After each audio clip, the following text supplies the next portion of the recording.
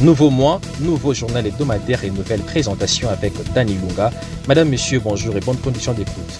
Comme à l'accoutumée, place à l'actualité de l'Église tout d'abord. De ce samedi 7 février, la ville de Kinshasa va vibrer au rythme de la grande moisson Pentecôte 2026, une campagne d'évangélisation organisée par l'Église adventiste du 7e jour de l'Afrique centre-est avec Kinshasa comme site principal de diffusion. Des orateurs internationaux et nationaux seront à pied d'œuvre durant des semaines pour réconforter le peuple des dieux à travers le thème « Espoir pour Kinshasa ». Ces messages d'espoir sera à suivre en présentiel et en ligne sur nos plateformes numériques. Les détails sur cette action évangélique sont à suivre dans cette intervention de Pasteur Grégoire Mbaya, représentant légal de l'Église. On l'écoute. Alors que nous commençons cette année par la grâce de Dieu, votre chaîne préférée vous propose un programme très intéressant. Et pour vous et pour vos familles. Le programme intitulé Pentecôte 2026.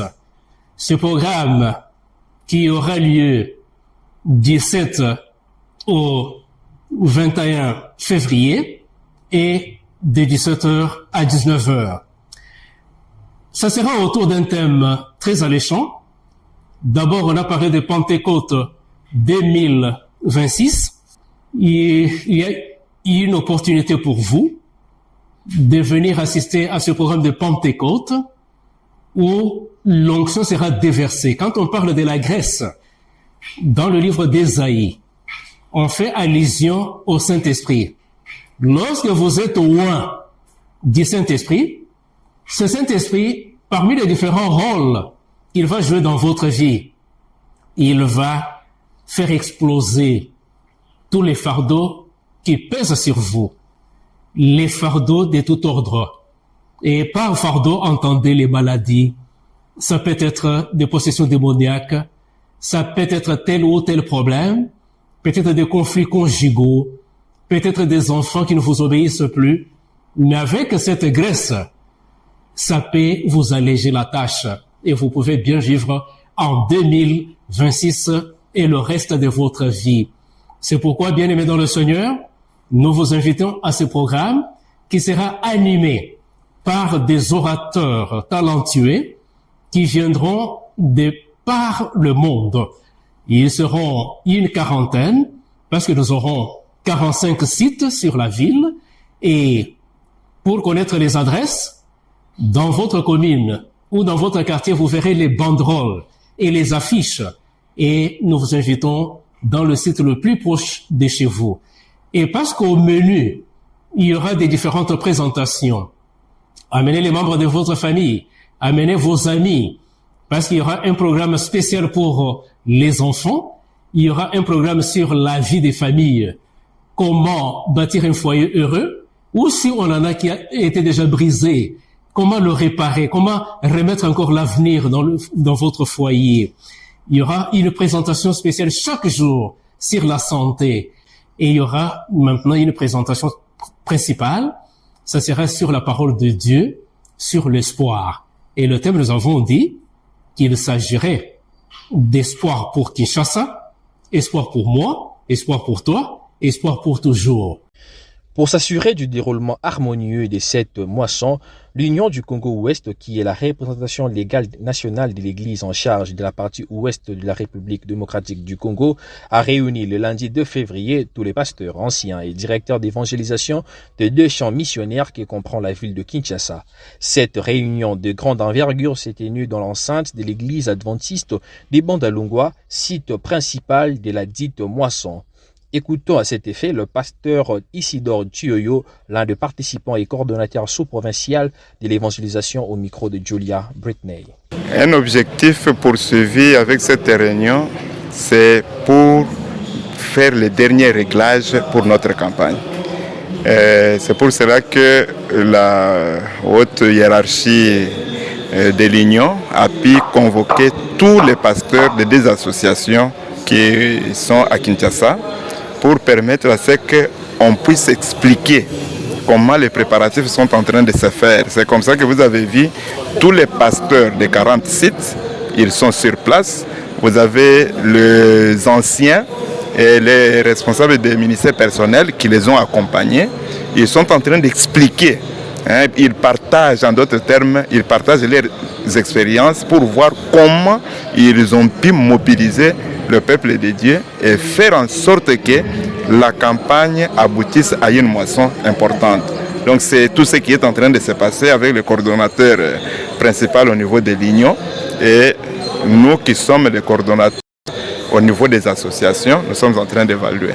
Train them to fish comprenait en français former-les à pêcher par les biais de son président national. Le pasteur Thomas Ongassa a aussi pris part à cette réunion d'harmonisation organisée par l'Union du Congo-Ouest. Au micro de Julia Britney, il a expliqué les travaux déjà réalisés en amont. On l'écoute. Comme tu l'as dit, nous sommes sur terrain et nous sommes déjà au front depuis plus d'une semaine. Les activités que nous faisons, c'est la formation. On a déjà formé plus de 50 évangélistes qui sont sur terrain. Ils travaillent sous les tentes. Ils sont en train de distribuer des invitations et ils sont en train de faire des études bibliques avec les intéressés. Et c'est parce qu'on n'a pas une caméra. Tu allais voir ce que nous sommes en train de faire déjà. Comme tu m'interviews sous la tente là, il y a des personnes qui sont en train d'étudier la Bible. Nous avons déjà distribué sur terrain plus de 3000 leçons, kits des études bibliques.